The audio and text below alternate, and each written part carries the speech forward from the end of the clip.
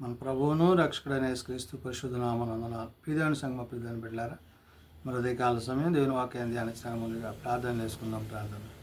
కృపగల తండ్రి, దయగల యేసయ్య, బాంగారు పాదాలకు లేఖలేని వందనాలు, స్తుతులు, స్తోత్రములు. గతించిన రాత్రి అంతా రెక్కల చాటును కాచి కాపాడి సంరక్షించిందేవా మరి ఉదయకాల సమయం సజ్జల లెక్కని చేరి ప్రార్థించుండగా వాక్యమైన దేవుడు వాక్యం ద్వారా నాతో మాతో మాట్లాడి మీరే మేమగంతా ప్రభావాలు పొందమని యేసునామమున నడుచున్నాం తండ్రి. ఆమేన్. ప్రియదేవుని సంగమ ప్రియదేవుని బిడ్డలారా, నిడుదం ఏర్పాటు చెందిన వాక్య భాగము ఆదికాండము 31వ అధ్యాయము 49 నుంచి 55వ వచనములు ఈ విధంగా రాయబడినవి. ఆదికాండము 31వ అధ్యాయము 49 నుంచి 55వ వచనములు ఈ విధంగా రాయబడినవి. అంతట లాబాను, నీవు నా కుమార్తెలను బాధపెట్టినను, నా కుమార్తెలను గాక ఇతర స్త్రీలను పెండ్లి చేసుకునినను, చూడుము, మన యొద్ద ఎవరునూ లేరు కదా, నాకును నీకును దేవుడే సాక్షి అని చెప్పాను. ప్రియదేవుని సంగమ ప్రియదేవుని బిడ్డలారా, మరి లాబాను యాకోబుకు తెలియజేసిన మాటలు. అవును, యాకోబు తన భార్యలను తీసుకుని, బిడ్డలను తీసుకుని, కుటుంబాన్ని తీసుకుని, తనకు వచ్చిన సమస్తాన్ని తీసుకుని తిరిగి తన తండ్రి యొద్దకు ప్రయాణమవుతూ తన స్వజనుల యొద్ద తాను నివసించడానికి ఇష్టపడినప్పుడు, దేవుని యొక్క చిత్తాన్ని అడిగినప్పుడు దేవుడు దానికి అంగీకరించి తిరిగి యాకోబుని తన స్వజనుల యొద్దకు నడిపిస్తున్నాడు. ఈ సందర్భంలో మరి లాబాను మరి యాకోబుతో చేసుకున్న ఈ నిబంధన ఏదైతే ఉందో సాక్షార్థంగా మరి దేవుని సాక్షార్థంగా ఏర్పడిన ఆ యొక్క నిబంధనని మరలా గుర్తు చేస్తున్నాడు. అందుకని అంటున్నాడు, అంతటా లాబాను, నీవు నా కుమార్తెలను బాధ పెట్టినను, నా కుమార్తెలను గాక ఇతర స్త్రీలను పెండ్లి చేసుకునేనను, చూడుము, మన యొద్ద ఎవరునూ లేరు కదా, నాకును నీకును దేవుడే సాక్షి అని చెప్తున్నాడు. అంటే నువ్వే పని చేసినా, నువ్వే ఆలోచన చేసినా, ఏ తలంపు చేసినా మరి ఆ సందర్భంలో ఎవరునూ మన మధ్యవర్తులు లేరు, దేవుడే మధ్యవర్తిగా ఉండి ఈ దినాన దేవుడే మనకి సాక్షిగా ఉన్నాడు అని లాబాను యాకోబుకు చెప్తున్నాడు. అంత మాత్రమే కాదు, మరియు లాబాను, నాకును నీకును మధ్య నేను నిలిపిన ఈ స్తంభమును చూడుము, ఈ కుప్ప చూడుము అంటున్నాడు. అంటే ఇక్కడ లాబాను తాను యాకోబుతో చేసుకున్న ఆ నిబంధనకు వారిరువురు వేరుపరచబడిన తర్వాత ఏదైతే లాబాను అక్కడ ఒక స్తంభాన్ని నిలిపాడో ఆ స్తంభాన్ని మరి దాన్ని సాదృశ్యంగా చూపిస్తూ ఇది మనకు నిబంధనగా సాక్షిగా ఉంటుంది అనే మాటలు మాట్లాడాడు. అంటే లాబాను, నాకును నీకును మధ్య నేను నిలిపిన ఈ స్తంభమును చూడుము, ఈ కుప్ప చూడుము అంటున్నాడు. అంటే యాకోబేమో రాళ్ల కుప్పేశాడు, ఇక్కడ లాబానేమో స్తంభాన్ని నిలిపాడు. అంటే ఇరువురు కూడా వారి వారి పరిధులను, హద్దులను దాటకూడదు అనే విషయాన్ని గుర్తు చేసుకుంటున్నారు. అయితే హాని చేయవలనని నేను ఈ కుప్ప దాటి నీ వద్దకు రాను, నీవు ఈ కుప్పను, ఈ స్తంభమును దాటి నా వద్దకు రాకను, ఉండుటకు ఈ కుప్ప సాక్ష్యముగా ఈ స్తంభమును ఉండునట్టున్నాడు. అంటే వారి ఇరువురి మధ్య ఉన్న ఆ యొక్క మరి ప్రేమ అనురాగాలు ఏవైతే ఉన్నాయో వాటిని కాపాడుకుంటూ సరిహద్దులుగా వారు వీటిని ఏర్పరచుకున్నారు.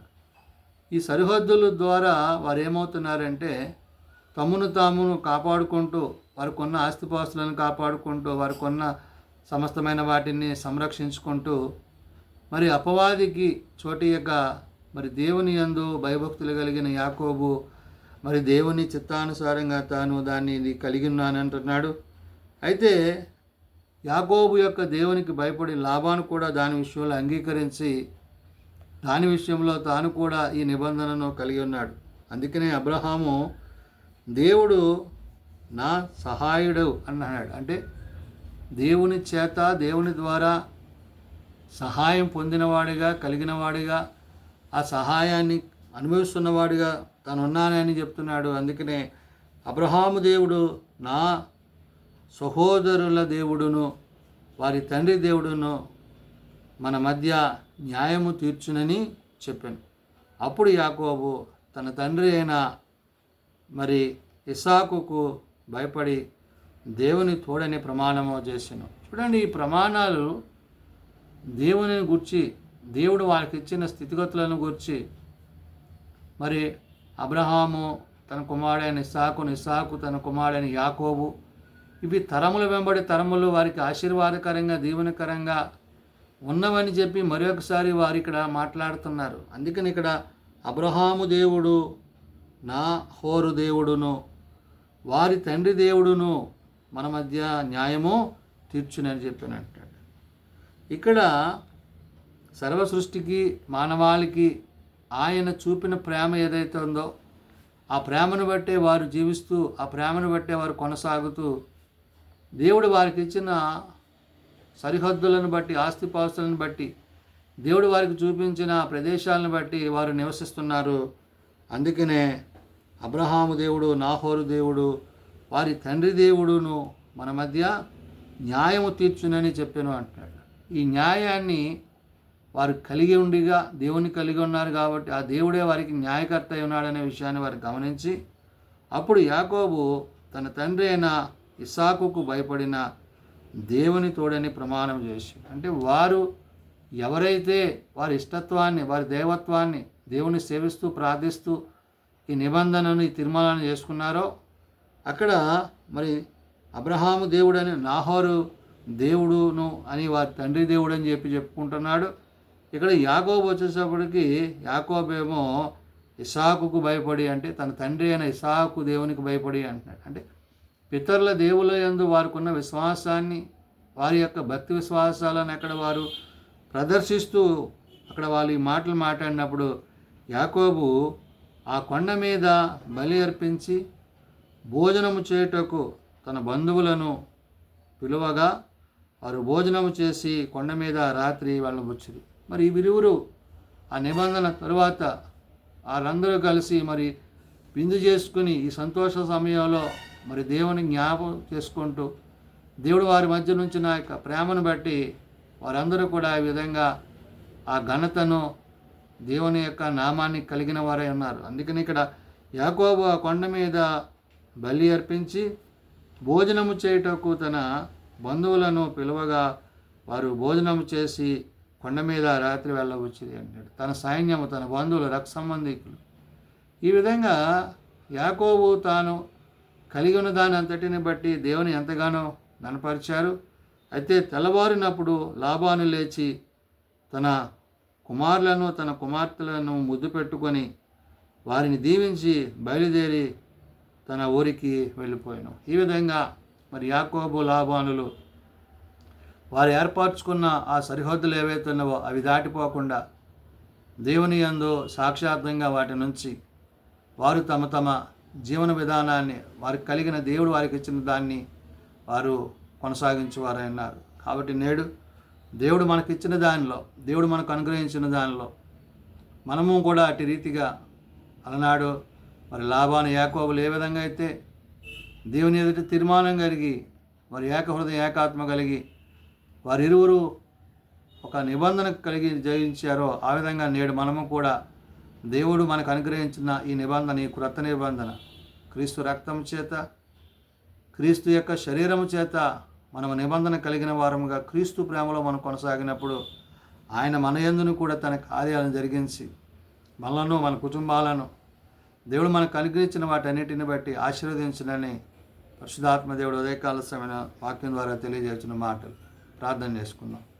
ప్రేమ నమ్మకం కలిగిన మా తండ్రి, కృప కలిగిన దేవా, అవును నాయన, నీ యందు నమ్మిక కలిగిన కుటుంబాలుగా లాబానైతేనేమి, తన బిడ్డలైతేనేమి, తనకు కలిగిన సమస్తాన్ని బట్టి యాకోబు మరి వారి తన భార్యలను బట్టి, తన పనివారిని బట్టి, తనకు కలిగిన సమస్తాన్ని బట్టి ఇరువురు కూడా నైనా నిబంధన కార్యమును జరిగించుకొని వారికి నీవిచ్చిన ఆ యొక్క హద్దులను బట్టి వారు జీవించుటకు సాక్షార్థముగా నీ ఎదుట వారు నిలిచిన వారే అన్నారు.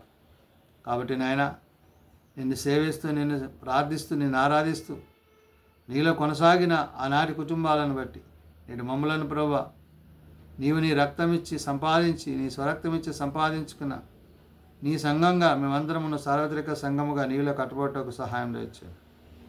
వాక్యము చేత, వాక్యము ద్వారా, వాక్యమును బట్టి విశ్వాసంలో కొనసాగుతూ ఆదియందు వాక్యమైన దేవుడు కృపాసత్య సంపూర్ణంగా మా మధ్య నివసించి మమ్మల్ని కాపాడి తిరిగి మరలా రాబోతున్న నిన్ను బట్టి, నీ మాటను బట్టి మేము జీవించుటకు, నీతో సదాకాలం ఉండటం కట్టి కృప దయచేయండి. బలహీనలను బలపరచువాడు, రోగులను స్వస్థపరచువాడు, హాస్పిటల్స్ వద్ద ఇండ్ల వద్ద ఉన్నవారిని ముట్టి లేవనెత్తువాడు, తమ పిల్లలను బాగుట్టుకున్న కుటుంబాలను ఆదరించేవాడు, ఏర్పాటు చేయడం ఆ కుడికలను ప్రార్థనలను మీ సహాయం, నీ సన్నిధి అనుగ్రహించి కుటుంబాలను ముందుకు నడిపించమని, మీరు అక్కడికి తగిన సిద్ధపడడం మా అందరికీ దయచేయండి. చిన్నబిడ్డలు, యవ్వనులు, పెద్దలు, వృద్ధులు ప్రతివాని వాని తరగతుల చొప్పున ఆశీర్వదించి దీవించి నీ కృపతో కాపాడి సంరక్షించమని యేసున్నత నామమున ప్రార్థించి వేడుకొంచున్నాం తండ్రి. ఆమేన్. పరలోకమందున్న మా తండ్రి, నీ నామం పరిశుద్ధపరచబడుగాక, నీ రాజ్యం వచ్చుగాక, నీ చిత్తం పరలోకమందు నెరవేర్చినట్లు భూమి మీద నెరవేరుగాక. మా అనుదినాలను మాకు దయచేయము. మళ్ళీ ప్రార్థన చేసిన వారు మేము క్షమించిన ప్రకారం మా ప్రార్థనలు క్షమించు. శోధనలో ఏకాదశులను తప్పించు. రాజ్యము, శక్తి, మహిమ నిరంతరం నీవే నా తండ్రి. ఆమేన్. మన పరమతండ్రి దేవుని ప్రేమ, ప్రభువైన యేసుక్రీస్తు కృప, ఆదరణకర్త అయిన పరిశుద్ధ ఆత్మ సహాయము సదా తోడయండి సంరక్షించును గాక. ఆమేన్.